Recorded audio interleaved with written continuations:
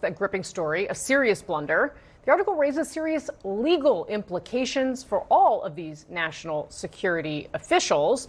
Joining us now is the ranking member of the House Judiciary Committee, Democratic Congressman Jamie Raskin. Sir, thanks very much for being on the show. You bet. So let's start right there.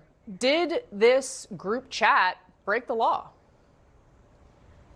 Almost certainly it did, and it reflects a general sloppiness and negligence in the whole approach of the administration as they've gotten started here.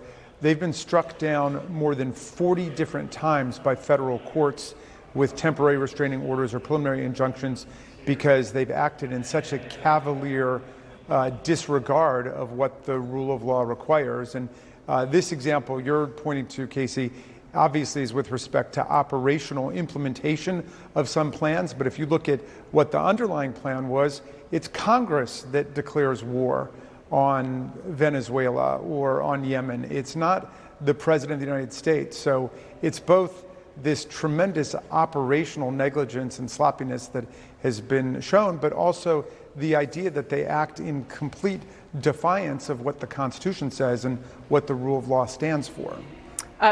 Well, this is not, of course, the first time that the U.S. has launched strikes along these lines. It certainly is not just Republican administrations that have done that.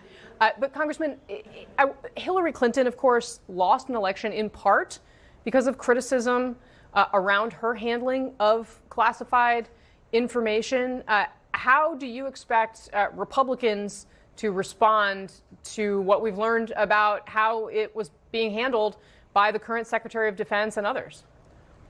Well, it'll be child's play to go back and find all of the Republicans who were demanding congressional investigations and that Hillary Clinton apologize and leave the campaign and so on based over her handling of the information, most of which was not classified, I think.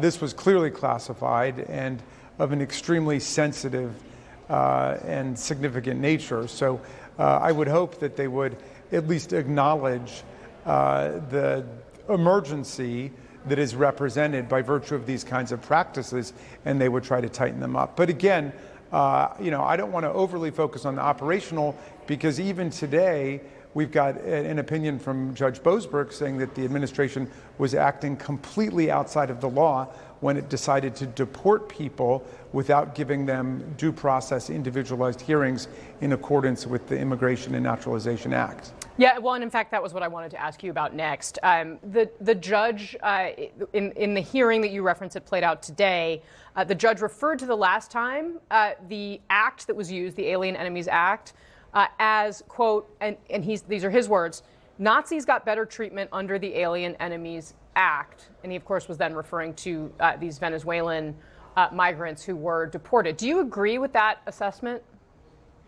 Oh, actually, I haven't studied exactly how Nazis were rounded up and whether they were given individualized hearings, but certainly that's what American due process requires. Now, the 1798 Alien Enemies Act says that the president's got the power to deport people who are enemy foreign nationals, that is, they are citizens of a foreign country that we're at war with. Of course, we're not at war with Venezuela. They've not invaded us. But even if we were at war with them, they would have a right under this statute to a due process hearing. I don't know what took place during World War II, so I would like to do some more research into that. In any event, they are guaranteed that kind of due process hearing under the statute and under the Constitution of the United States. We don't know who got shipped off, and you've got all of these lawyers coming in on behalf of particular people who were put on the plane saying they were not gangbangers, they were not part of this gang, and so on. So we don't know who's there. That's why,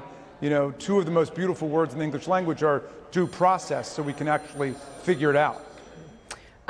Congressman, you, of course, in the first Trump administration, were heavily involved in pushing back against some of the things the then president was doing. You're obviously very involved in impeachment proceedings in the House of Representatives.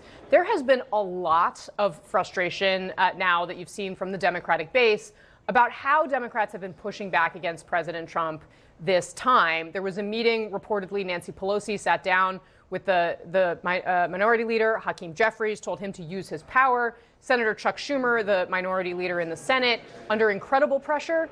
Based on what you saw happen, do you think Chuck Schumer should step down? Oh, gee, Casey, I don't want to weigh in on that. And for this reason, I don't want to get in the habit of attacking other Democrats right now. Our democracy is under siege, and as we've seen, dozens of actions by the Trump administration have been struck down in federal court as a violation of the Constitution and the rule of law. We need everybody together, and I agree, all of us could be doing a better job. I'm working 7 days a week on this. I was just in Bethlehem, Pennsylvania. I was in my own district. I was in the Eastern Shore. I was in Hamilton County, Ohio. I'm going everywhere, and I think most Democrats feel the same way. We will go anywhere to fight to defend democracy and freedom at this point. And I understand everybody's got a job to do. I'm just not that drawn to the palace intrigue stories. We're really in the fight of our lives right now. All right. Very briefly, sir, your Democratic colleague, Congresswoman Jasmine Crockett, said, quote, "All I want for my birthday is for Elon to be taken down," referring to Elon Musk. The Attorney General connected those comments to attacks on Tesla, and she says, quote, of Crockett, "She needs to tread very carefully." Is that a threat? It sounds like it is, and they're certainly making those kinds of threats against Democrats all over the place. I mean, what's so interesting is how extremely literal-minded they can get when Democrats are using common metaphorical parlance to talk about political struggle. But when Donald Trump says, you got to go and fight, and you got to fight like hell, where you won't have a country anymore, to a mob of tens of thousands of people that he summoned and directs them over to the Capitol, they think that that's purely abstract and metaphorical language. So I could take it a little bit more seriously if they used one standard for adjudicating political rhetoric. All right. Congressman Jamie Raskin, very grateful to have you on the show, sir. Thanks very much for being here. You bet, Casey. All right. Up next, we will talk to someone who has been in those conversations planning for war, including conversations that include